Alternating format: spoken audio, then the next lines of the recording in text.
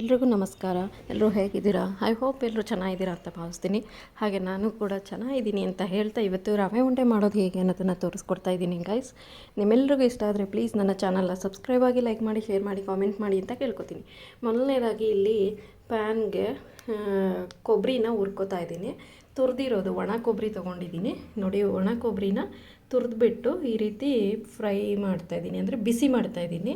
ಯಾಕೆನ್ನೋದಾದರೆ ಸ್ವಲ್ಪ ಎಣ್ಣೆ ಅಂಶ ಇರುತ್ತಲ್ವ, ಸೊ ಅದು 15-20 ದಿನ ಇಟ್ಕೊಂಡು ತಿನ್ನಬೇಕು ರವೆ ಉಂಡೆ ಅನ್ನೋದಾದರೆ. ಈ ರೀತಿ ಕೊಬ್ಬರಿ ಬೇಗ ಹಾಳಾಗೋ ಚಾನ್ಸಸ್ ಇರುತ್ತೆ. ಅದಕ್ಕೋಸ್ಕರ ಈ ಥರ ಹುರಿದ್ಬಿಟ್ಟು ಹಾಕೋದ್ರಿಂದ ತುಂಬ ದಿನ ಬಾಳಿಕೆ ಬರುತ್ತೆ ಈ ರವೆ ಉಂಡೆ. ಸೊ ಅದಕ್ಕೋಸ್ಕರ ಈ ಥರ ತುರಿದ್ಬಿಟ್ಟು ಫ್ರೈ ಮಾಡ್ತಾಯಿದ್ದೀನಿ, ಅಂದರೆ ಬಿಸಿ ಮಾಡ್ಕೊಳ್ಳೋದು ಅಷ್ಟೇ. ಲೋ ಫ್ಲೇಮಲ್ಲಿ ಬಿಸಿ ಮಾಡ್ಕೋಬೇಕು. ಈ ರೀತಿ ಲೋ ಫ್ಲೇಮಲ್ಲೇ ಬಿಸಿ ಮಾಡ್ಕೊಳ್ಳಿ, ಓಕೆನಾ.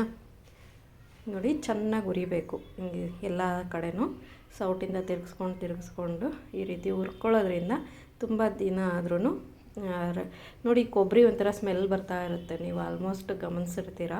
ಆ ಥರ ಆಗಬಾರ್ದು ಅಂದರೆ ಈ ಥರ ಮಾಡಿದ್ರೆ ಚೆನ್ನಾಗಾಗುತ್ತೆ, ಅದಕ್ಕೋಸ್ಕರ ಓಕೆನಾ.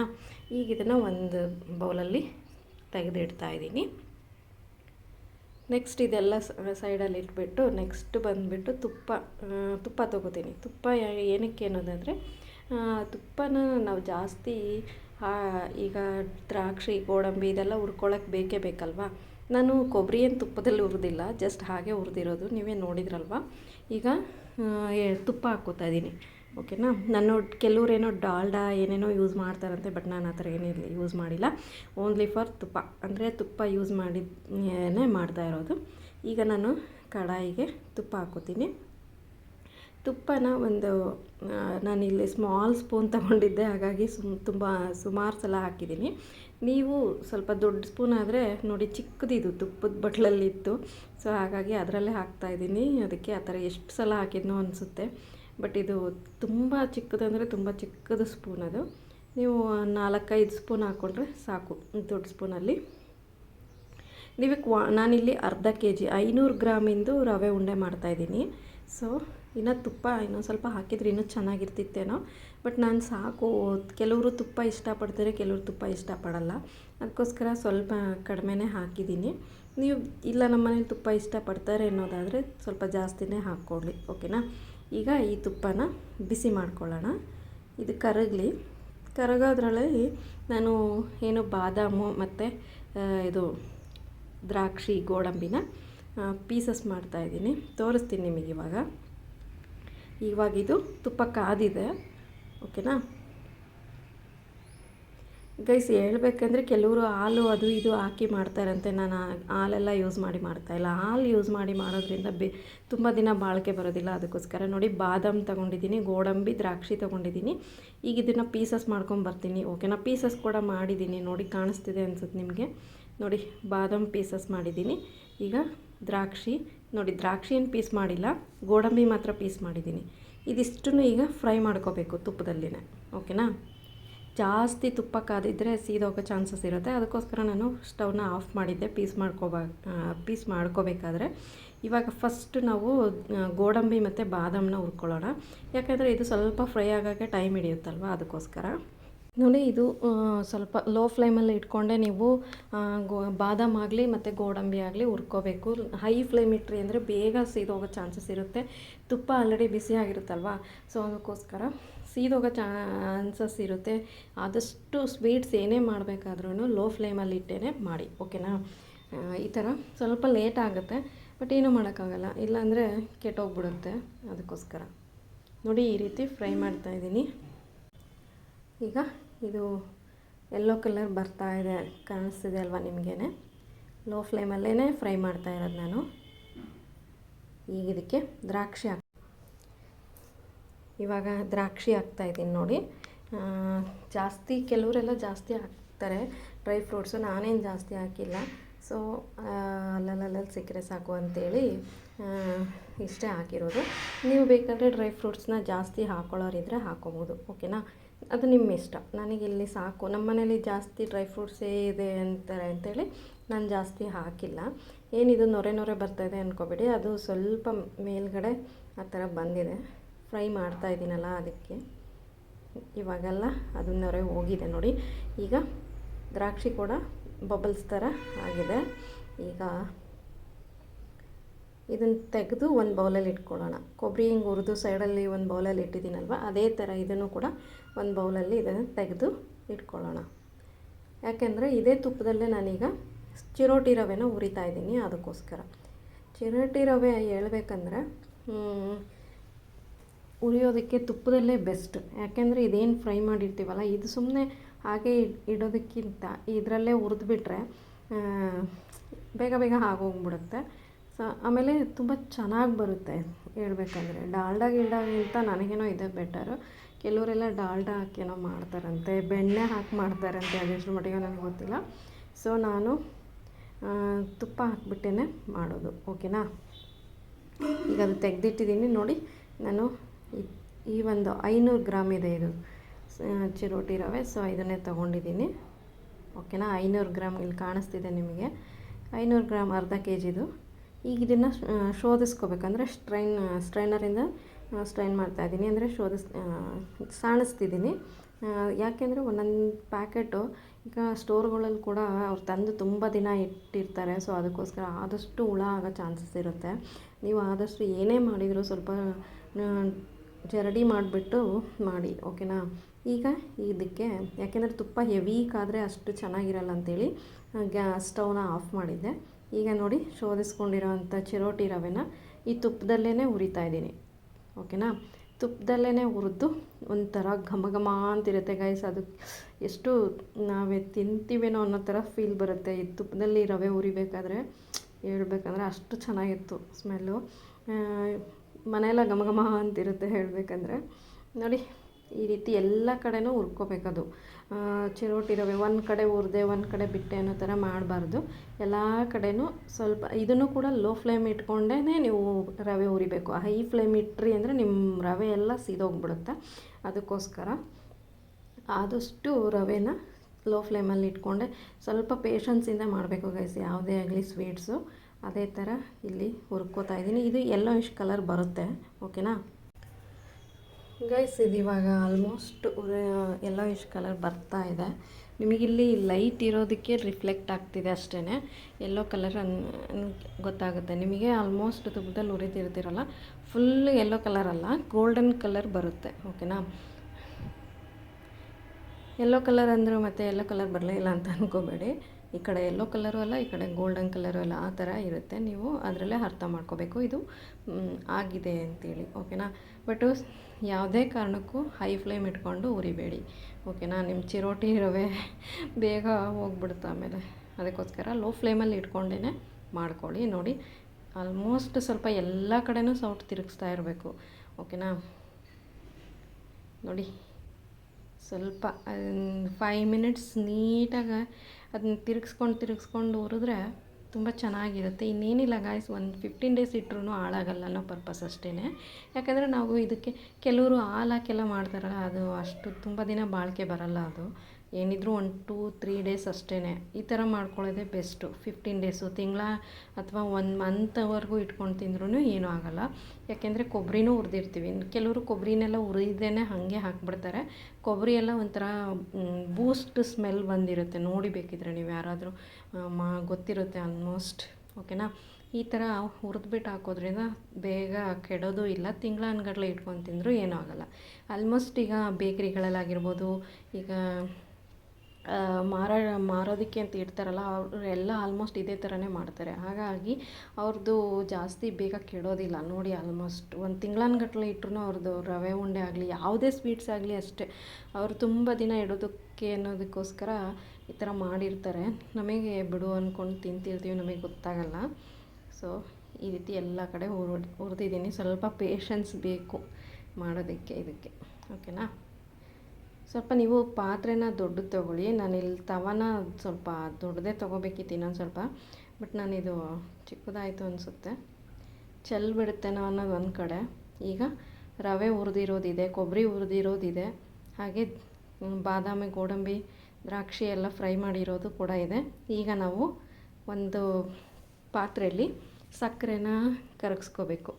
ಸಕ್ಕರೆ ಕರಗಿಸ್ಕೊಳ್ಳೋದಕ್ಕೆ ಈಗ 500 ಗ್ರಾಮ್ ನಾನು ರವೆ ತೊಗೊಂಡಿದ್ದೀನಿ ಅಂದರೆ 500 ಗ್ರಾಮ್ ಅಷ್ಟೇ ಅಟ್ಲೀಸ್ಟ್ ಒಂದು 400 ಗ್ರಾಮ್ ಆದರೂ ಇರಬೇಕು. ಓಕೆನಾ. ಸಕ್ಕರೆ ಏನು ನೋಡಿ 1 ಲೋಟ ತೊಗೊಂಡಿದ್ದೀನಿ ನಾನಿಲ್ಲಿ, ಕಾಣಿಸ್ತಿದೆ ಅಲ್ವಾ, 1 ಲೋಟ ಸಕ್ಕರೆ. ಕೆಲವರು ಸ್ವೀಟ್ ಜಾಸ್ತಿ ಇಷ್ಟಪಡ್ತಾರೆ, ಕೆಲವ್ರು ಜಾಸ್ತಿ ಇಷ್ಟಪಡಲ್ಲ. ಆಲ್ಮೋಸ್ಟ್ 1 ಕಪ್ ಆಗೋಷ್ಟು ನಾನು ಸಕ್ಕರೆ ಹಾಕ್ತಾಯಿದ್ದೀನಿ. ಈಗ 1 ಕಪ್ ಸಕ್ಕರೆಗೆ ಅದರಲ್ಲಿ 1/4 ಕಪ್ಪಷ್ಟು ನೀರು ಹಾಕಬೇಕು. ಜಾಸ್ತಿ ನೀರು ಹಾಕೋಕ್ಕೆ ಹೋಗಬೇಡಿ. ಹೇಳಿದ್ನಲ್ಲ, 1 ಕಪ್ ಸಕ್ಕರೆಗೆ 1/4 ಕಪ್ಪು ಅಂದರೆ ಅರ್ಧನೂ ಅಲ್ಲ, ಅರ್ಧಕ್ಕಿಂತ ಕಡಿಮೆ, ಅರ್ಧದಲ್ಲಿ ಅರ್ಧ. ನೋಡಿ ಕಾಣಿಸ್ತಿದೆ ಅಲ್ವಾ, 1/4 ಕಪ್ ಮಾತ್ರ ಹಾಕಬೇಕು. ಆವಾಗ ನಿಮ್ಮದು ಪಾನಕ ಚೆನ್ನಾಗಿ ಬರುತ್ತೆ. ಸಕ್ಕರೆ ಇಲ್ಲ ಅಂದರೆ ಏನಾಗುತ್ತೆ, ಸಕ್ಕರೆ ಪಾನಕ ಬೇಗ ಒಂದೆಳೆ ಪಾಕ ಅಂತೀವಿ ಆಲ್ಮೋಸ್ಟ್. ನೋಡಿ ಭಟ್ರೆಲ್ಲ ಹೇಳ್ತಿರ್ತಾರೆ. ಈಗ ಅವರು ಏನು ಅಂದರೆ ನಿಮಗೆ ಗೊತ್ತಾಗಲಿ ಅನ್ನೋ ಒಂದು ಇದಕ್ಕೋಸ್ಕರ ನಾನು ತೋರಿಸ್ತೀನಿ ಆಮೇಲೆ. ಈಗ ಇದು ಕರಗಕ್ಕೆ ಇಟ್ಟಿದ್ದೀನಿ. 1/4 ಭಾಗ ಮಾತ್ರ, 1/4 ಭಾಗದಲ್ಲಿ 1/4 ಭಾಗ ಇನ್ನೂ ನೀರು ಉಳಿಸಿದ್ದೆ ನಾನು ಹೇಳ್ಬೇಕಂದ್ರೆ. ಎಷ್ಟು ಅದನ್ನು ನೆನೆಯೋಷ್ಟು ನೀರು ಹಾಕಿದರೆ ಸಾಕು. ಜಾಸ್ತಿ ಹಾಕಿದಾಗ ಏನಾಗುತ್ತೆ, ಪಾಕ ಬರೋದಿಲ್ಲ. ಅದಕ್ಕೋಸ್ಕರ ಪಾನಕ ಅದು ಹೆಂಗೆ ನೀವು ಜಾಸ್ತಿ ಹಾಕ್ತಿರಲ್ಲ ಅದೇ ಥರ ನೀರು ಹಾಕ್ಬಿಡುತ್ತೆ. ಈಗ ಜಾಮೂನು ಅದೆಲ್ಲ ಮಾಡಬೇಕಾದ್ರೆ ನಾವು ಹಾಕ್ತೀವಲ್ಲ ಜಾಸ್ತಿ, ಆ ಥರ ಹಾಕೋಕೆ ಹೋಗ್ಬಾರ್ದು. ಇದಕ್ಕೆ ಸ್ವಲ್ಪ ಕನ್ಸಿಸ್ಟೆನ್ಸಿ ಬೇಕು, ಗಟ್ಟಿ ಆಗಬೇಕಲ್ಲ ಉಂಡೆ. ಸೊ ಅದಕ್ಕೋಸ್ಕರ 1 ಕಪ್ಪು ಸಕ್ಕರೆಗೆ 1/4 ಕಪ್ಪು ನೀರು ಹಾಕಿದ್ದೀನಿ. ನೋಡಿ ಕಾಣಿಸ್ತಿದೆ ಅಲ್ವಾ. ಈಗ ತಿರುಗಿಸ್ತಾ ಇದ್ದೀನಿ ಒಂದೇ ಕಡೆ. ಆದರೆ ಇದನ್ನು ಕೂಡ ಲೋ ಫ್ಲೇಮಲ್ಲೇ ಕರಗಿಸ್ಕೊಳ್ಳಿ. ಯಾಕಂದರೆ ಹೈ ಹಿಟ್ಟು ಕೆಲವ್ರು ಏನು ಮಾಡ್ತಾರೆ, ಬೇಗ ಆಗಲಿ ಅಂತ ಮಾಡಿಬಿಡ್ತಾರೆ. ಬಟ್ ಆದಷ್ಟು ಸ್ವಲ್ಪ ಇದನ್ನು ಲೋ ಫ್ಲೇಮಲ್ಲೇ ಇಟ್ಕೊಂಡು ಕರಗಿಸ್ಕೊಳ್ಳಿ. ಓಕೆನಾ. ಈಗ ಇದು ಕರಗಲಿ ಗೈಸ್. ನೋಡಿ ಈ ಥರ ಕುದೀತಾ ಇದೆ ಚೆನ್ನಾಗಿ.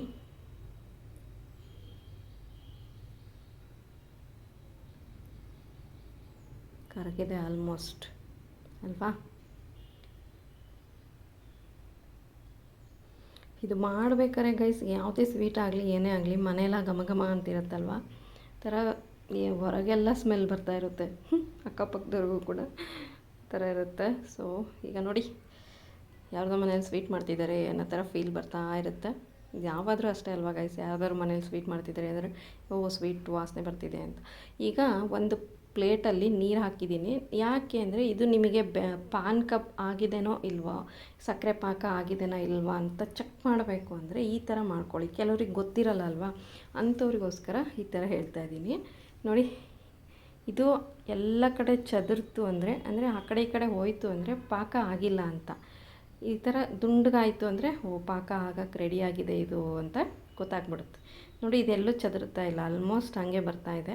ಇದೇ ನಿಮಗೆ ಕನ್ಸಿಸ್ಟೆನ್ಸಿ.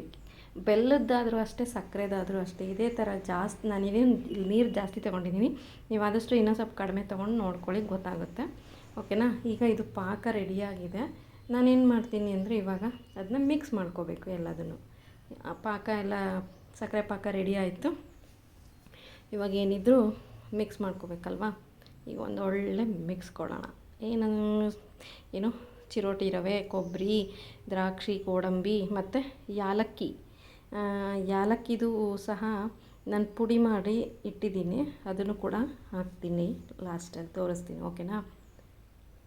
ಯಾಲಕ್ಕಿ ಮಾತ್ರ ತೊಗೊಂಡಿದ್ದೀನಿ, ಲವಂಗ ಎಲ್ಲ ಯೂಸ್ ಮಾಡಿಲ್ಲ ನಾನು, ಯಾಲಕ್ಕಿ ಅಷ್ಟೇ. ಯಾಲಕ್ಕಿನ 2-3 ತೊಗೊಂಡಿದ್ದೀನಿ. ಯಾಕೆಂದರೆ 500 ಗ್ರಾಮಿಂದ ಅಷ್ಟೇ ಅಲ್ವಾ. ಜಾಸ್ತಿ ಯಾಲಕ್ಕಿ ಹಾಕಿದರೆ ಏನಾಗುತ್ತೆ, ತುಂಬ ಅದೇ ಫ್ಲೇವರ್ ಆಗ್ತಾ ಇರುತ್ತೆ. ಮಕ್ಕಳು ತಿನ್ನೋದಾದರೆ ಸ್ವಲ್ಪ ಕಡಿಮೆ ಹಾಕಿ, ಅವ್ರು ಇಷ್ಟಪಡಲ್ಲ ಅಲ್ಲಲ್ಲೇ ಸಿಕ್ಕರೆ. ಬಟ್ ಆರೋಗ್ಯಕ್ಕೆ ಒಳ್ಳೆಯದು ಯಾಲಕ್ಕಿ, ಬಟ್ ಅವ್ರ ಮಕ್ಕಳು ಅಷ್ಟು ತಿನ್ನೋಕ್ಕೆ ಇಷ್ಟಪಡಲ್ಲ. ಈಗ ನೋಡಿ ಹುರಿದಿರೋ ಅಂಥ ಒಂದು ಕೊಬ್ಬರಿ, ನಾನು ಬೇರೆ ಇದನ್ನು ತೊಗೊಂಡಿದ್ದೀನಿ, ತವನ ಕಡಾಯಿ ಬೇರೆ ತೊಗೊಂಡು ಲೋ ಫ್ಲೇಮಲ್ಲಿ ಇಟ್ಟಿದ್ದೀನಿ ನಾನು, ಗ್ಯಾಸ್ ಸ್ಟವ್ ಕೂಡ. ಯಾಕೆ ಅಂದರೆ ಈಗ ಇದೆಲ್ಲ ಮಿಕ್ಸ್ ಕೊಡ್ತಾ ಇರ್ತೀವಲ್ವ, ರವೆ ನೀಟಾಗಿ ಇನ್ನೊಂದು ಸ್ವಲ್ಪ ಫ್ರೈ ಆಗಲಿ ಅನ್ನೋ ಪರ್ಪಸ್ಸು. ನೋಡಿ ಕೊಬ್ಬರಿ ಹಾಕಿರೋ ತುರಿದು ಅದನ್ನು ಈಗ ಮತ್ತೆ ಅಂದರೆ ಆವಾಗಲೇ ಬಿಸಿ ಮಾಡ್ಕೊಂಡಿದ್ದೆ, ಹಾಕಿಲ್ಲ ಅಂತೀರಾ ಅಂತ ಮತ್ತೆ ತೋರಿಸಿದೆ ಅಷ್ಟೇ. ಈಗ ಇದೆಲ್ಲ ತುಪ್ಪದ್ದೇನಿರುತ್ತಲ್ಲ ಅದೆಲ್ಲ ಇರಲಿ, ರವೆನ ಮಿಕ್ಸ್ ಮಾಡಿಕೊಡ್ತಾ ಇದ್ದೀನಿ ಬೌಲಲ್ಲಿ ಹಾಕಿದ್ದು. ಈಗ ಇದನ್ನೆಲ್ಲದಕ್ಕೂ ಮತ್ತೆ ಏನು ಅಂದರೆ ಪಾಕ ಸೇರಿಸ್ಕೋಬೇಕು, ಸಕ್ಕರೆ ಪಾಕ. ಲೋ ಫ್ಲೇಮಲ್ಲೇ ಇಟ್ಟಿರಿ, ಹೈ ಫ್ಲೇಮ್ ಯಾವುದೇ ಕಾರಣಕ್ಕೂ ಇಡಬೇಡಿ. ಈಗ ನೋಡಿ ಹೇಳಿದ್ನಲ್ಲ, ಯಾಲಕ್ಕಿ ಪೌಡ್ರ್ ಹಾಕ್ತಾಯಿದ್ದೀನಿ. ಕೆಲವರು ಸಕ್ಕರೆ ಪಾಕದಲ್ಲೇ ಹಾಕ್ಬಿಡ್ತಾರೆ, ಹಂಗಾದರೆ ಬೇಗ ಚೆನ್ನಾಗಿ ಬರುತ್ತೆ ಅಂತ. ಬಟ್ ನಾನು ಈ ಥರ ಹಾಕಿದ್ದೀನಿ, ನನಗಿದೇ ಯಾವಾಗಲೂ ನನ್ನ ಅಭ್ಯಾಸ ಆಗಿರೋದು. ಸೊ ಹಾಗಾಗಿ ನಾನು ಇದನ್ನೇ ಹಾಕ್ತಾಯಿದ್ದೀನಿ.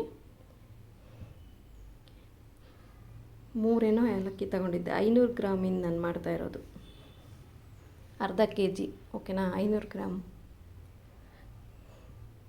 ನೋಡಿ ಈಗ ಇದಕ್ಕೆ ಒಂದೊಳ್ಳೆ ಮಿಕ್ಸ್ ಕೊಟ್ಬಿಡೋಣ. ಅಂದರೆ ನೀಟಾಗಿ ಕಲಿಸ್ಕೋಬೇಕು, ಯಾಕೆಂದರೆ ಗ್ಯಾಸ್ ಸ್ಟವ್ ಬೇರೆ ಆನ್ ಆಗಿದೆ ಅಲ್ವಾ.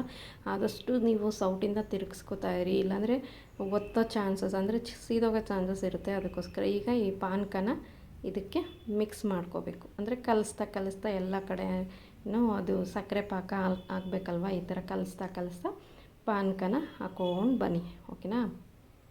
ಇದು ಮಾಡೋದು ಈಸಿ. ಉಂಡೆ ಕಟ್ಟೋಕ್ಕೆ ಒಬ್ಬರಿದ್ದರೆ ಚೆನ್ನಾಗೆ ಬೇಗ ಕಟ್ಬಿಡ್ಬೋದು. ಇಲ್ಲಾಂದರೆ ಆರಿಬಿಡ್ತು ಅಂದರೆ ಫುಲ್ಲು ಅದು ಬಿಸಿ ಎಲ್ಲ ಆರೋಗಿದೆ ಅಂದರೆ ಬೇಗ ಕಟ್ಟೋಕ್ಕಾಗಲ್ಲ, ಪುಡಿ ಆಗ್ತಾ ಇರುತ್ತೆ. ಆದಷ್ಟು ಬಿಸಿ ಇದ್ದಂಗೆ ಕಟ್ಟೋದೇ ಬೆಟರ್.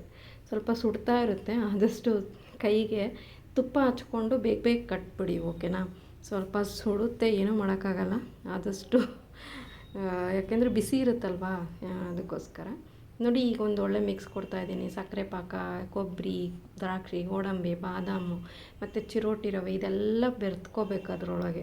ಅದಕ್ಕೋಸ್ಕರ ನೀಟಾಗಿ ಒಂದೊಳ್ಳೆ ಮಿಕ್ಸ್ ಕೊಡಬೇಕು. ಆವಾಗ ನಮ್ಮ ಚಿರೋಟಿ ಲಾಡು ರೆಡಿ ಆಗುತ್ತೆ, ಓಕೆನಾ. ಇದನ್ನು ನೀಟಾಗಿ ಮಿಕ್ಸ್ ಮಾಡೋದೇ ಒಂದು ದೊಡ್ಡ ಕೆಲಸ.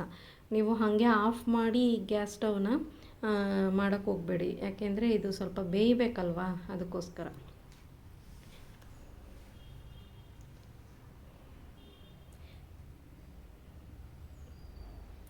ಚೆನ್ನಾಗಿ ತಿರುಗಿಸ್ಕೊಳ್ಳಿ, ಎಲ್ಲ ಕಡೆನೂ ಸಕ್ಕರೆ ಪಾಕ ಆಗಬೇಕು, ಆ ಥರ ನೀಟಾಗಿ ಬರಬೇಕದು ಕಲಸಿದ್ದು. ಈಗ ನಾನು ಉಂಡೆ ಮಾಡ್ತೀನಲ್ಲ, ನಿಮಗೆ ಗೊತ್ತಾಗುತ್ತೆ ಎಷ್ಟು ಒಂಥರ ಸ್ಮೂತಾಗಿರುತ್ತೆ ಗೈಸ್, ಹೇಳಬೇಕಂದ್ರೆ ಅದು.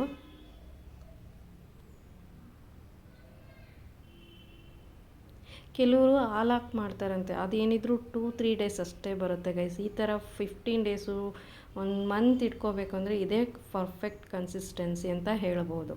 ಯಾಕೆ ಗೊತ್ತಾ, ಈ ಹಾಲು ಹಾಕಿದ್ದು ಬೇಗ ಕೆಟ್ಟೋಗುತ್ತೆ, ಅದು ಸ್ಮೆಲ್ ಬರೋಕ್ಕೆ ಸ್ಟಾರ್ಟ್ ಆಗಿಬಿಡುತ್ತೆ. ಅದಕ್ಕೋಸ್ಕರ ಈ ಥರ ಮಾಡಿಟ್ಕೊಳ್ಳಿ, ಓಕೆನಾ. ಮಕ್ಳಿಗೆ ಕೊಡೋಕ್ಕೂ ಚೆನ್ನಾಗಿರುತ್ತೆ.